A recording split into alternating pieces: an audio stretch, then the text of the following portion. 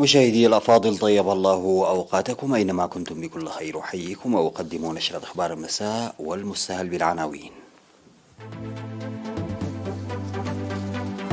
رؤساء الدول والحكومات والمنظمات يهنئون بعيد الاستقلال. المواطنون في بريطانيا وكندا يحتفلون بعيد الاستقلال.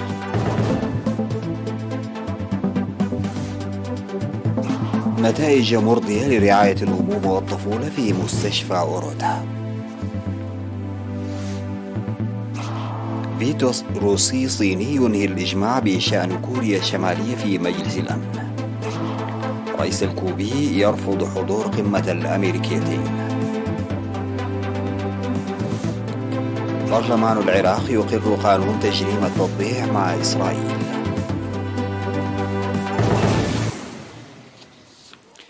السلام عليكم ورحمة الله. بعث الأمين العام للأمم المتحدة ورؤساء الفاتيكان وأذربيجان وليبيا برسائل تهنئة لحكومة وشعب إريتريا بمناسبة الذكرى 31 للاستقلال. وأعرب الأمين العام للأمم المتحدة أنطونيو غوتيريش وباب الفاتيكان فرانسيس ورئيس أذربيجان إلهام علييف ورئيس المجلس الرئاسي الليبي محمد المنفي في رسائل التهنئة التي أرسلوها عن تمنياتهم بدوام الصحة والتوفيق في العمل للرئيس سياس أفورقي والرخاء والازدهار لإريتريا وشعبها. وأوضح الزعماء عن الرغبة لتطوير العلاقات الثنائية.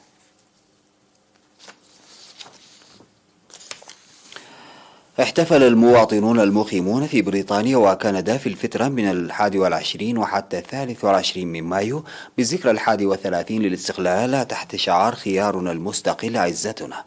واحتفل المواطنون في بريطانيا بمدن لندن ومانشستر وبرمنغهام ونيوكاسل وشيفيلد ونوتنغهام وكوفنتري وليدز وميدلسبرا وكارديف وكلاسكو وويكفيلد وليستر بتنظيم فقرات فنية وثقافية. وجدد المشاركون عهدهم لإنجاح البرامج الوطنية بتمتين صفوفهم وتقوية ترابطهم. وأشاد سفير إريتريا في بريطانيا وإيرلندا السيد ستيفانوس سبتماريان في الحفل البهيج الذي شارك فيه أكثر من 2500 مواطن وكذلك الدبلوماسيون وأعضاء مختلف المؤسسات البريطانية والمهنيين. أشاد بالمساهمين في إخراج الحفل بصورة تليق بالمناسبة الجليلة، وقدم توضيحا مسهبا حول أوضاع البلاد الراهنة وسير البرامج الموضوعة للتنفيذ. وذكر رئيس الجالية الإريترية في بريطانيا السيد محمد محمود معنى الاستقلال وأهميته، خاصة دوره الفعال في تجميع المواطنين في المهجر وتنشئة الوطنية وترسيخ القيم الوطنية. وحفلت المناسبة الجليلة بتنظيم دراما موسيقية وفقرات ثقافية وفنية عكست مسيرة تاريخ الشعب الإريتري. في غضون ذلك احتفل المواطنون في كندا بمدن تورونتو وهاليفاكس ومونتريال وأوتاوا وهاملتون وكيتشنر وويندسور ورجاينا وساسكاتون وكالغاري وإدمنتون وفانكوفر وبروكسل وغيرها من المدن الكندية بالمناسبة العظيمة بحفاوة كبيرة. وتضمنت الفعاليات كلمات الاستقلال وفقرات فنية وثقافية وأناشيد وطنية وبرامج شبابية وكذلك برامج ثقافية وترفيهية. أفاد مسؤول قسم الولادة في مستشفى أوروتا المرجعي الدكتور هبتسلاسي زرقزقي أن الجهود تبذل لخفض وفيات الأمهات أثناء الولادة إلى الصفر. وأوضح أن القسم يعمل جاهدا لتحقيق الهدف العالمي لخفض وفيات الأمهات أثناء الولادة لأقل من 140 في 100,000، مشيرا إلى وفاة امرأة واحدة فقط من أصل 6700 من النساء وضعن مولودهن في المستشفى عام 2021. وقال إن الحوامل اللائي يحتاجن إلى الرعاية الصحية العالية يرحلن إلى المستشفى من كافة أنحاء البلاد. وقدم في هذا الإطار خدمات في المصاعب الصحية المرتبطة بالرحم لأكثر من 9000 من النساء وإجراء عمليات جراحية ل1988 منهن. وذكر تسليح القسم بالمعدات الطبية الحديثة والمتطورة، موضحا الارتباط الوثيق للقسم ببنك الدم الوطني لتوفير الدم للحوامل أثناء الولادة. وقال الدكتور هبتسلاسي إن البرامج المستقبلية تشمل العمل في تقديم الخدمات العلاجية لسرطان الرحم ومشكلة الولادة. أعلنت وزارة الصحة بأن الفحوصات المخبرية التي أجريت اليوم في الإقليم الأوسط أظهرت إصابة مواطن واحد من عداق عربي بفيروس كورونا. في غضون ذلك شوفي مريض كان يتلقى الرعاية الصحية في مستشفى بالإقليم الجنوبي. بهذا بلغ عدد المصابين بفيروس كورونا في البلاد حتى الآن 9757، شفي منهم 9647 وتوفي 103، فيما يتلقى 7 مرضى الرعاية في المستشفيات. وزارة الصحة 27 من مايو 2022. نظم في مديرية شاب أسبوع شباب العمال بمناسبة الذكرى 31 للاستقلال، وشمل الأسبوع الشبابي المنظم من 19 وحتى 22 من مايو التاريخ والأعمال الفنية ومسابقات للمعلومات العامة. وعقد مسؤول الاتحاد الوطني للشباب والطلبة في إقليم شمال البحر الأحمر السيد تخل زرقه سيمينارا حول مساهمة الشباب في تحقيق الاستقلال والدفاع عنه. وأكد مدير مديرية الشباب السيد أبو بكر إبراهيم على أهمية التنظيم عامة والشباب خاصة، وأوصى المشاركون ببناء مركز تعليمي ترفيهي للشباب وإعداد منشورات تثقيفية بالتاريخ وغيره. أفاد قسم الزراعة والأراضي في الإقليم الأوسط إن الجهود تبذل لتوازن العرض والطلب في المنتجات الحيوانية وخاصة اللحوم والألبان والعسل والبيض. أوضح مسؤول الثروة الحيوانية في القسم السيد دانييل هايلي أن تطوير قطاع الثروة الحيوانية له دور في ضمان الأمن الغذائي ورفع الإنتاج العام للبلاد. وذكر القيام بتهجين أنواع مختارة من المواشي بهدف تنميتها وتقديم إنتاج جيد فضلا عن الأنشطة البيطرية لضمان صحة المواشي. وأشار إلى ازدياد كبير لمنتجات الألبان والعسل حاليا نتيجة للجهود المبذولة في سنوات الاستقلال. وأوضح أن وزارة الزراعة قدمت للمرأة المزارعة أبقار الألبان والأغنام والأرانب والفراخ وأدوات العمل لتشجيعهن وتوزيع أكثر من 4 ملايين من الفراخ مجانا وبأسعار مناسبة للمزارعين.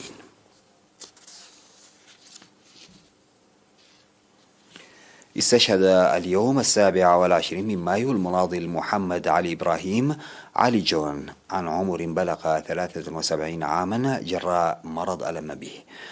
التحق المناضل محمد علي إبراهيم بصفوف جبهة التحرير الإريترية عام 1968 وانضم في عام 1971 في صفوف قوات التحرير الشعبية، وخدم قبل الاستقلال في القوات المقاتلة وجهاز التسليح والإدارة الشعبية، وبعد الاستقلال عمل منذ عام 1998 وحتى تاريخ استشهاده في مكتب الجبهة الشعبية للديمقراطية والعدالة في مديرية هبرة.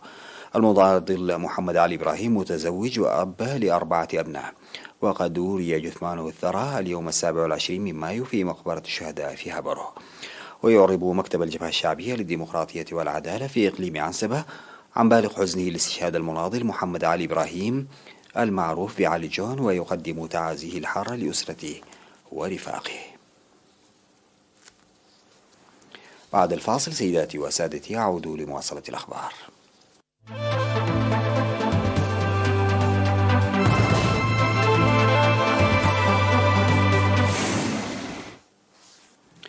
استخدمت الصين وروسيا كما كان متوقعا حق النقض الفيتو في مجلس الأمن الدولي ضد مشروع قرار أمريكي لتشديد العقوبات على كوريا الشمالية بعد اختبارها صواريخ باليستية، ما يعكس بشكل واضح انقسام هذه الهيئة الدولية والذي يمكن أن تستفيد منه بيونغ يانغ.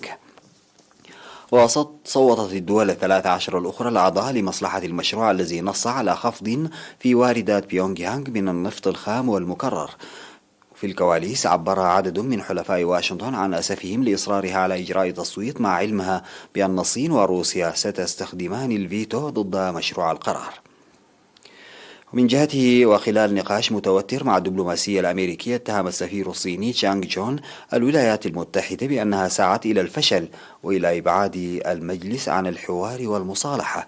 أما سفير روسيا لدى الأمم المتحدة فاسيلي نيبينزيا فقد اتهم الولايات المتحدة بتجاهل دعوات بيونغ يانغ إلى وضع حد لأنشطتها العدائية. أعلن الرئيس الكوبي ميغيل دياز كانيل أنه لن يشارك في أي من الأحوال في قمة الأمريكيتين المقرر عقدها في يونيو في الولايات المتحدة، التي ألمحت إلى أنه قد لا يتم دعوته إليها. وكتب دياز كانيل في تغريدة في تويتر: يمكنني أن أؤكد لكم أنني لن أحضر بأي حال من الأحوال.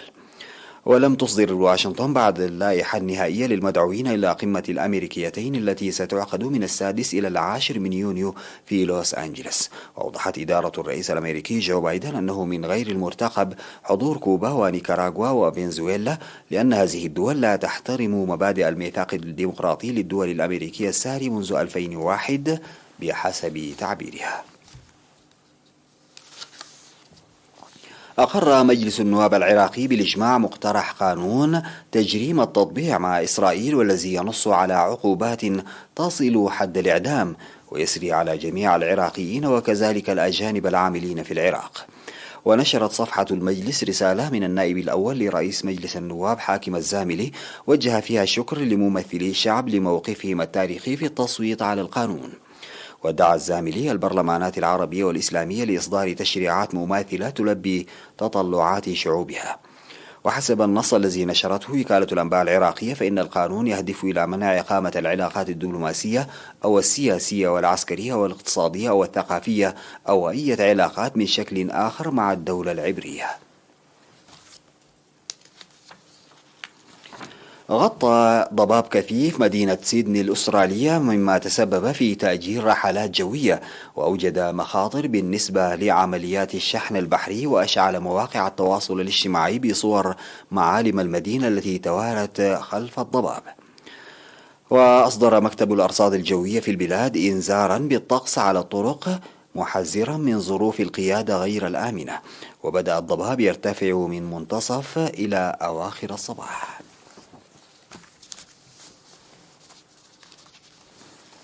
ختاما سيداتي وسادتي، لنشرة أخبار هذا المساء أعود فأذكر بعناوينها.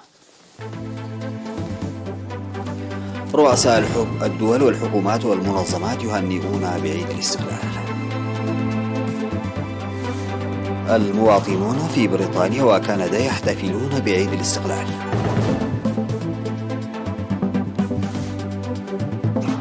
نتائج مرضية لرعاية الأموم والطفولة في مستشفى أوروتا.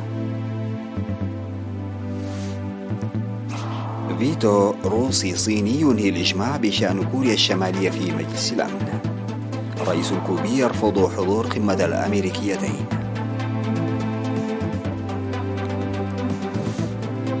وبرلمان العراق يقر قانون تجريم التطبيع مع إسرائيل. انتهت نشرة أخبار المساء، قدمتها لحضراتكم من الفضائية الإذاعية. شكرا لمتابعتكم. السلام عليكم ورحمة الله تعالى وبركاته.